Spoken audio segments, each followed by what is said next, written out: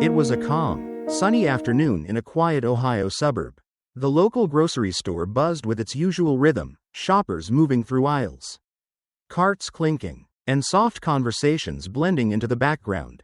No one expected that today.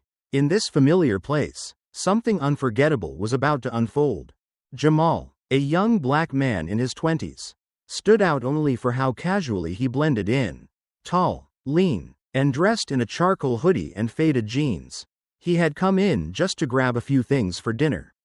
His presence was calm, unassuming, but fate had other plans. Near the produce section, an elderly woman, perhaps in her 70s, adjusted her glasses while examining a bag of apples. Her silver hair was pinned neatly, and her beige cardigan hung tightly over her narrow shoulders. She looked like any other sweet grandmother you'd pass in the store. But what came next shattered that image entirely.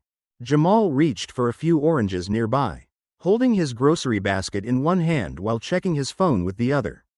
That's when their paths crossed. The woman looked up and saw him. Her face tightened, her eyes narrowed in suspicion, her lips pressed into a thin, disapproving line. Then, with no warning, she spoke, loud enough for everyone around to hear. "People like you don't belong here." The words landed like a slap in the middle of the store. Jamal froze. His hand lingered midair, fingers brushing against the fruit.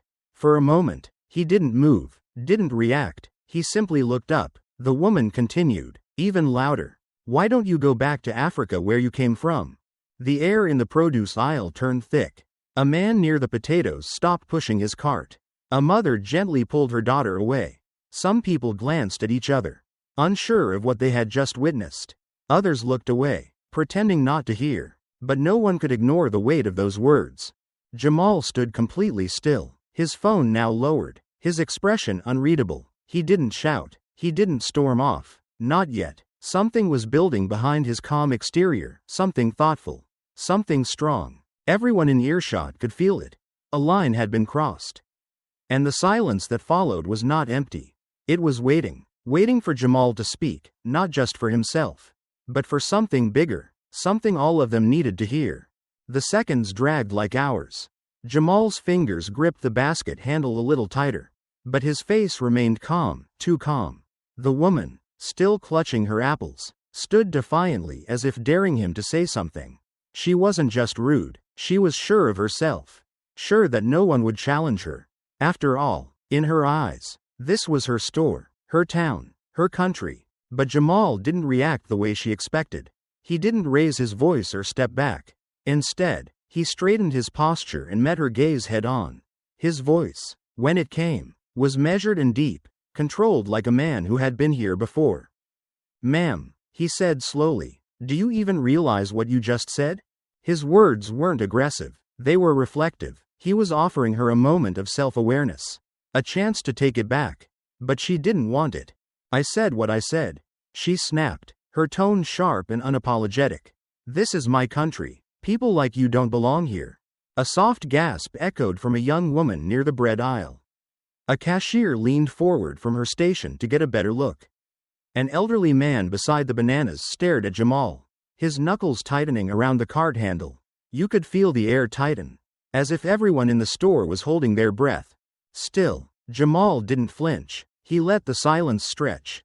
Every second that passed, the tension grew, but his voice, when it returned, was calm, almost unsettling in its strength. "All right," he said, nodding slowly. "Since you brought it up, let's talk about that." He gently set his basket on the floor, the gesture deliberate and unhurried. That simple act seemed to anchor the moment. People who had tried to pretend they weren't listening now turned fully. They were no longer shoppers. They were witnesses. "You said I don't belong here," he began, eyes locked on hers. "But let me tell you something about where I come from." His tone wasn't angry. It was steady, precise, each word chosen with care. The elderly woman blinked, surprised by the shift. The crowd inched closer, still silent, drawn in like moths to a quiet flame. "My great-great-grandfather was born right here in Mississippi. He was a sharecropper, worked land he didn't own, broke his back so his children could have a chance at life. His father? He was kidnapped, beaten, and sold, like an object, so this country could be built. There was no shouting, no rage, just truth, raw and undeniable. The woman's face began to change. Her lips tightened, and for the first time, her hands trembled slightly. But Jamal continued, not for her, but for everyone else. My grandfather fought in World War II. Fought for a country that asked for his life but wouldn't let him drink from the same fountain when he came home. More people stopped what they were doing. Phones were put away. Conversations ended. Even the hum of the refrigerators seemed quieter. And my parents, he said, voice softening just a bit. They fought, too, not with guns, but with grace, with work, with raising me to believe in respect, even for people like you. At that moment, no one doubted it. Jamal wasn't just answering her. He was speaking for generations. And everyone knew. This confrontation was far from over. It was only just beginning. The silence after Jamal's words was heavy, thicker than the tension that had filled the store just moments earlier. It wasn't just the weight of history he had spoken into existence. It was the unshakable grace with which he had done it. No shouting, no insults, just truth, delivered with unwavering strength. The elderly woman stood frozen. Her mouth opened slightly as if to respond. But nothing came out. The defiance that had once danced in her eyes was fading, replaced by something else. Shame? Doubt? Even she didn't seem to know. Jamal didn't press her. Instead, he turned, now addressing the crowd, not through grand gestures, but simply by shifting his eyes, standing tall, and letting his presence fill the room. I could have walked away, he said, his voice now resonating with quiet power. But silence never helped anyone. Ignorance doesn't fix itself, it grows when we let it. The store remained still, but something had changed. An older man near the dairy aisle nodded slowly, his hand resting on his cart like a man carrying the weight of his own past. A young mother holding her daughter's hand pulled the child closer, whispering something softly in her ear. A cashier, no older than 20, wiped her eyes discreetly, trying to stay composed behind her register. And then, a voice broke the silence. He's right. Everyone turned. A middle-aged man in a baseball cap stepped forward. His voice was soft, but clear. We've got to be better than this. All of us. The crack had widened. The walls that protected indifference were starting to crumble. And Jamal hadn't even moved from his spot. Then, a woman near the freezer aisle spoke. She was elderly, her hands trembling as she clutched a carton of milk. My father fought in that war too, she said, tears welling in her eyes. He always said the only color that mattered was the red on the flag. Her voice shook, but her words were steady. More murmurs rippled through the crowd, quiet affirmations, whispers of agreement, nods from strangers who now saw something greater in this moment than a simple grocery store argument. They saw a reckoning wrapped in dignity. The elderly woman who had sparked it all shifted her weight from foot to foot. Her grip on her cart tightened. She glanced around, perhaps hoping someone would come to her defense. No one did. The crowd, once detached and indifferent, was no longer on her side. They had chosen truth over comfort. She opened her mouth again. I didn't mean, she started. But even she couldn't finish the sentence. Her voice cracked. Her eyes darted to the floor. Jamal turned to her once more. His face was softer now, not pitying, not angry, just honest.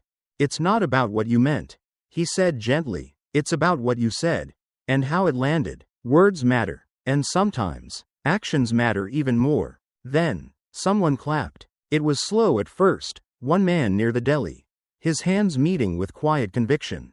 Then another joined, then another, and before long, the store was filled with the sound of applause, not wild, not chaotic, but steady, real. They weren't clapping because Jamal had won. This wasn't about victory. They clapped because they had witnessed something rare, a man confronting hate not with rage, but with truth, a man who reminded them what strength really looks like.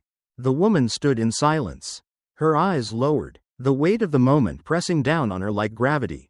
And as she turned her cart and began slowly walking toward the exit, the applause still echoed behind her. No one stopped her, no one humiliated her, but she knew she had been heard.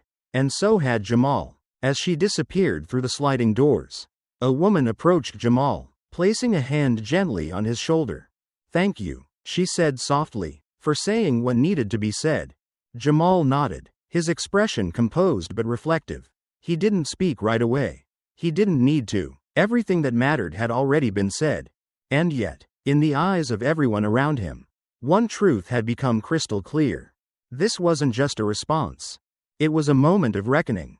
And Jamal had led it, with the power of history, the strength of silence, and the undeniable weight of grace. As the applause gradually faded, the grocery store felt different. It was no longer just a place for errands, it had become the scene of something deeper. Something unforgettable. People began to move again. But their steps were slower, more thoughtful. The usual anonymity between strangers had lifted. Now, there were glances of gratitude, admiration, and even a touch of silent shame for staying quiet too long. Jamal bent down to pick up his basket. As he made his way to the checkout line, his eyes met those of the young cashier, the same girl who had wiped away tears while he spoke about his parents. When he reached her station, she tried to smile, but her voice trembled with emotion. "What you said back there, it really made me think. Not everyone would have stood up like that, especially with such grace." Jamal nodded gently, offering her a warm look. "Sometimes," he said quietly, "grace is the only thing that gets through. Anger just builds more walls." Outside, the sun was setting, casting long shadows across the parking lot. The sky was tinged in gold and purple hues. And there, a few cars away, Jamal spotted the elderly woman still sitting in her vehicle, both hands gripping the steering wheel as if steadying herself. He paused for a moment, watching her. Their eyes met through the windshield. He could have walked over, could have said something more, but he didn't. Some lessons take time to settle, and he had already said what needed to be said. That evening, Jamal sat at the kitchen table with his father, a quiet, steady man whose calloused hands told the story of years working as a mechanic. Jamal recounted everything. The woman's words, the silence of the crowd, the moment he chose to speak up.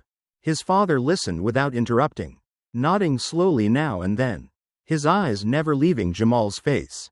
Finally, after a long pause, he spoke. "You did the right thing, son, not just for yourself, but for everyone who was watching." He placed a firm hand on Jamal's shoulder, squeezing gently. "People like her, they may not change overnight. But today, you planted a seed, and that seed, someday, it'll grow."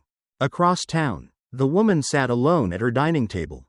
Her dinner had gone cold, untouched. The soft yellow light above barely warmed the chill in the room. Her mind replayed Jamal's words over and over like a song she couldn't turn off. She thought of her grandchildren, the world they were growing up in, and for the first time in a long time, she began to question what she had believed for so many years. There was something in Jamal's eyes that stayed with her, not anger, not hostility, but something else, something undeniable, a truth she couldn't shake off. And that's where change began, not in a speech or a debate, but in a quiet room, with a quiet mind, and the echo of a voice that had dared to speak with strength, not hatred. In the days that followed, the story of Jamal and the elderly woman quietly spread through the neighborhood. Not because someone recorded it or posted it online, but because those who witnessed it couldn't keep it to themselves. They retold it over dinner, during lunch breaks, in brief conversations in parking lots. Jamal never sought attention. He didn't want to be praised or seen as a hero. To him, it was simply the right thing to do. But even without trying, his actions touched more people than he realized. Those who had once stayed silent in the face of injustice began asking questions. Stories that had long been buried were now spoken aloud with courage. A young black girl told her mother she wanted to be brave like that man. A middle-aged man thanked Jamal for making him reflect on himself. Even the elderly woman began to change. Not quickly, not dramatically, but noticeably. People saw that she had become quieter, more thoughtful. She no longer muttered cruel remarks.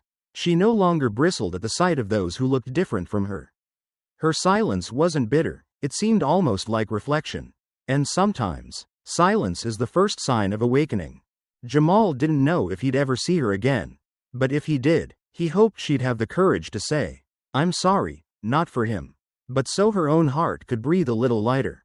And if this story leaves behind anything, let it be this. We don't always need to shout to stand against hate. Sometimes, it takes just one calm voice, grounded in truth, history, and kindness, to wake the conscience of a room. Because words, even simple ones, can hurt, but those same words, when chosen with sincerity, can also heal. The world doesn't only change through grand battles. It changes in quiet moments, like in a grocery store, when one person chooses to stand for what's right. It's those small, silent seeds that grow into forests of hope.